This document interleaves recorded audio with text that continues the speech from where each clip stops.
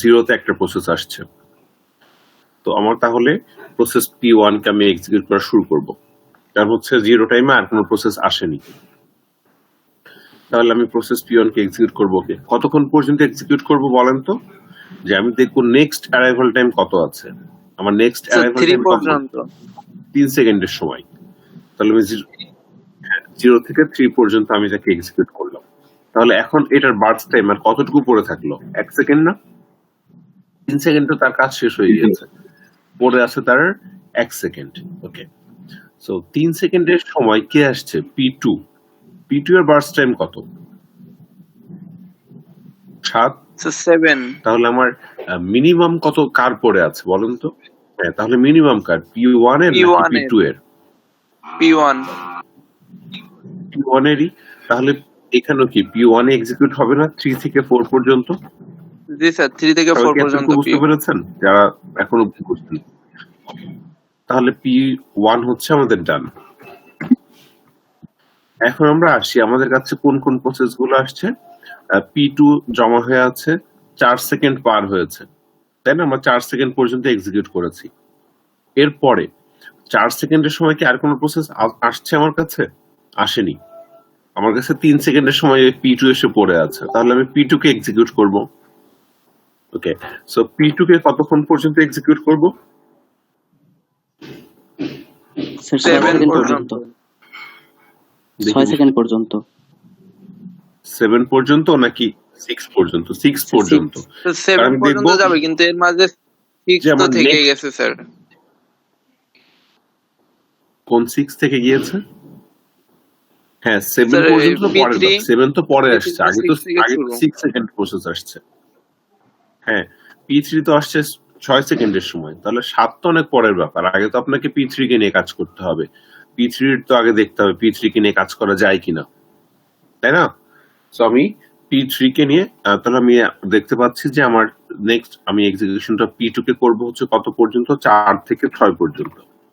এবার দেখতে পাচ্ছি যে 6 সেকেন্ডের সময় P3 এসে জমা হয়েছে, বাট P2 কে আপনি কতক্ষণ ধরে এক্সিকিউট করেছেন? 2 সেকেন্ড। তাহলে P2 এর বাকি আছে আর কত সেকেন্ড? 5 সেকেন্ড না? তাহলে এখন আপনার কাছে প্রসেস কে কে আসছে? P2 আর P3। মিনিমাম কে? P3। তাহলে এখন আপনাকে P3 কে এক্সিকিউট করতে হবে। এই সুইচিংটা কি সবাই বুঝতে পেরেছেন?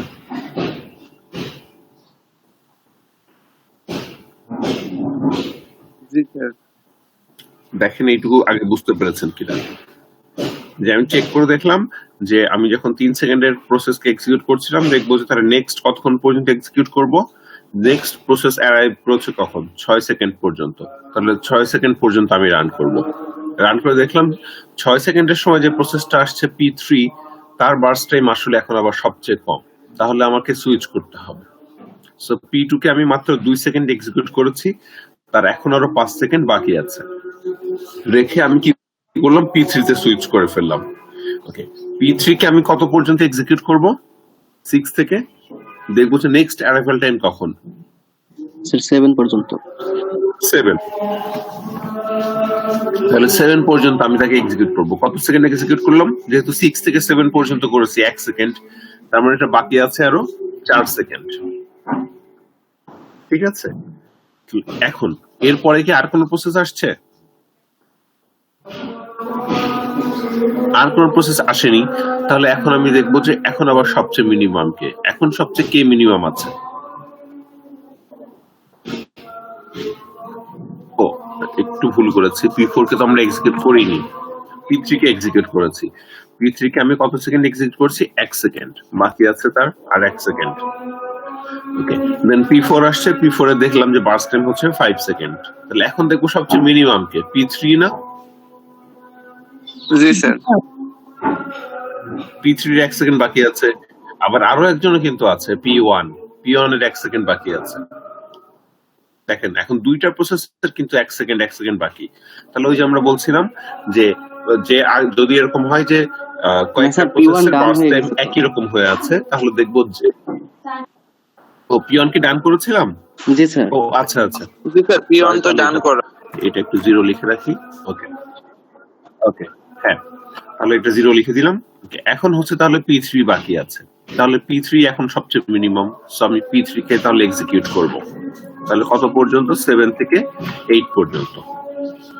তাহলে এখন আমার P3 ও এটাকে 0 করে দিই এবং এটা হচ্ছে এখন ডান।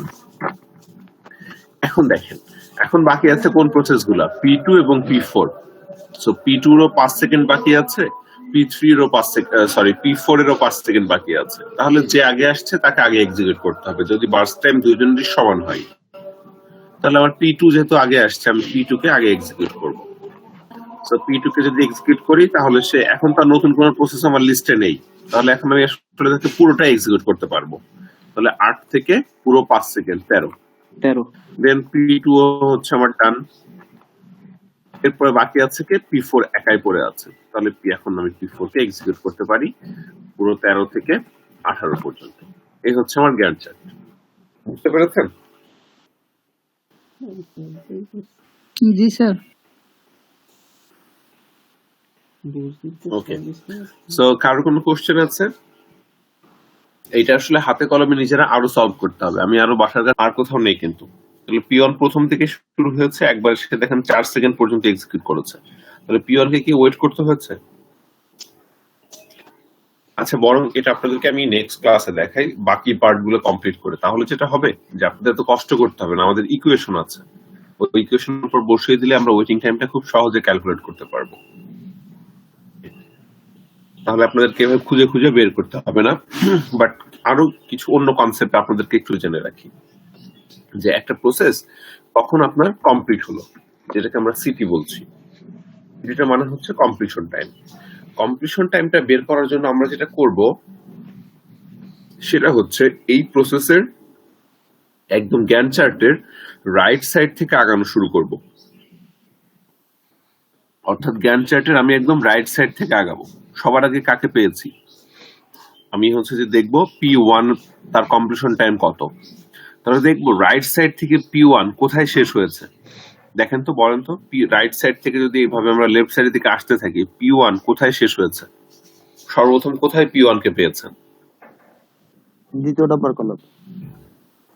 আমার কথাটা কি? হ্যাঁ, তাহলে P1 কে আমরা সর্বপ্রথম এখানে পেয়েছি। রাইট সাইড থেকে ডান সাইড থেকে আমি আস্তে আস্তে বাম সাইডের দিকে আসবো, সর্বপ্রথম যেখানে তাকে পাবো সেটাই হচ্ছে তার কমপ্লিশন টাইম। তাহলে P1 কে আমরা এখানে পেয়েছি। ওকে, তার এই যে লাস্ট টাইমিংটা কত ছিল? 4। দ্যাট মিনস P1 এর কমপ্লিশন টাইম হচ্ছে 4। এবার যদি বলি P2 এর কমপ্লিশন টাইম কত, তাহলে সেটা কত হবে বলেন তো? 13 স্যার। 13। সবাইকে এটা বুঝতে পেরেছেন কেন 13? যে আমি রাইট সাইড থেকে আগাবো, কেন লেফট সাইড থেকে আগালাম না বলেন তো? লেফট সাইড থেকে আমি যদি রাইট সাইডের দিকে যেতাম তাহলে কি আমি পেতাম না যে P2 এর কমপ্লিশন টাইম কত?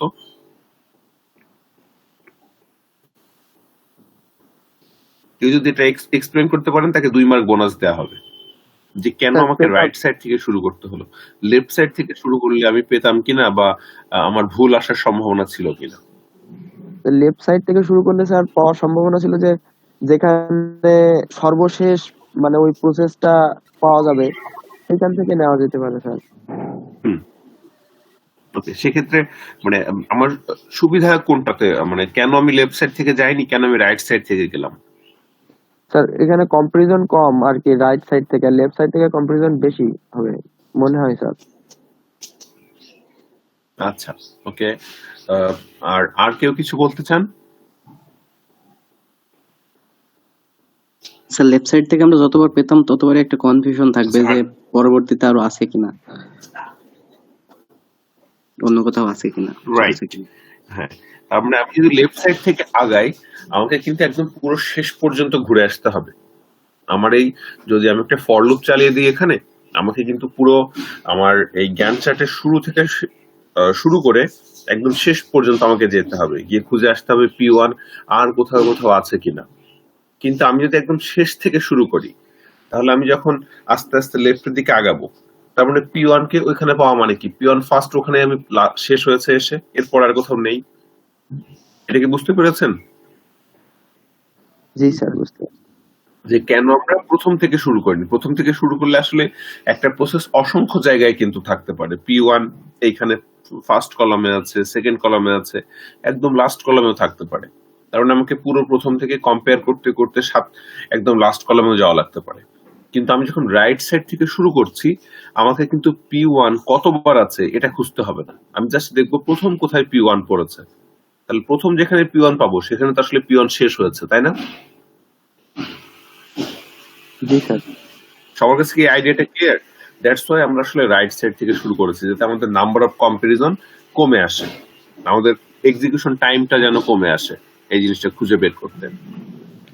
তাহলে এখন P2 কে যদি আমরা রাইট সাইড থেকে খুঁজি, এখানে P2 সর্বপ্রথম পেয়েছি। এখানে P2 কে সর্বপ্রথম পাওয়া মানে কি, যে P2 আসলে ওইদিকে যতই থাক না কেন এখানে তার শেষ সীমানা, এন্ডিংটা এখানেই ঘটেছে, যেহেতু আমরা শেষ থেকে শুরু করেছি। এবং দেখবো যখন আমরা তাকে পাবো, দেখবো তার বার্স টাইম কত আছে, 13, সরি তার লাস্ট এই যে টাইমটা কত বসানো আছে, 13। সো আমরা তার ওয়েটিং, তার কমপ্লিশন টাইম হবে 13, তার মানে সে 13 সেকেন্ডের সময় কমপ্লিট হয়েছে। এবার যদি P3 এর দিকে যাই, P3 কে কোথায় লাস্ট পেয়েছি, ফার্স্ট এর দিকে পাবো এখানে। দ্যাট মিন্স P3 এর আপনার কমপ্লিশন টাইম কত হবে, 8। P4 এর কমপ্লিশন টাইম কত হবে, 18। এখন সবাই এটা বুঝতে পারলেন কিনা? জি স্যার। আচ্ছা, কার কোনো কোশ্চেন আছে এটা নিয়ে? ওকে, যেহেতু নেই তাহলে আচ্ছা, কে কে যেন অ্যান্সার দিতে পেরেছেন একটু আমাকে অ্যাটেন্ডেন্স কল দেওয়ার সময় বলেন, আমি বোনাস মার্কসটা দিয়ে দিব। দুজন বলেছেন। আচ্ছা, যে আপনারা একটু নিজেরা এটা প্র্যাকটিস করবেন। একটা মিনিট, আমার জাস্ট একটা ফোন আসছে। আপনাদেরকে ক্লাসরুমে আপলোড করে দিব। হ্যাঁ জি স্যার, সেটাই ভালো হবে স্যার। আমি ক্লাসরুমে ছবিটা দিয়ে দিচ্ছি, এই প্রবলেমটা আপনারা সলভ করবেন। আর নেক্সট থিওরি ক্লাসে আপনাদের একটা আমি ক্লাস টেস্ট নিব, এখন পর্যন্ত আমরা যা পড়েছি তার উপরে।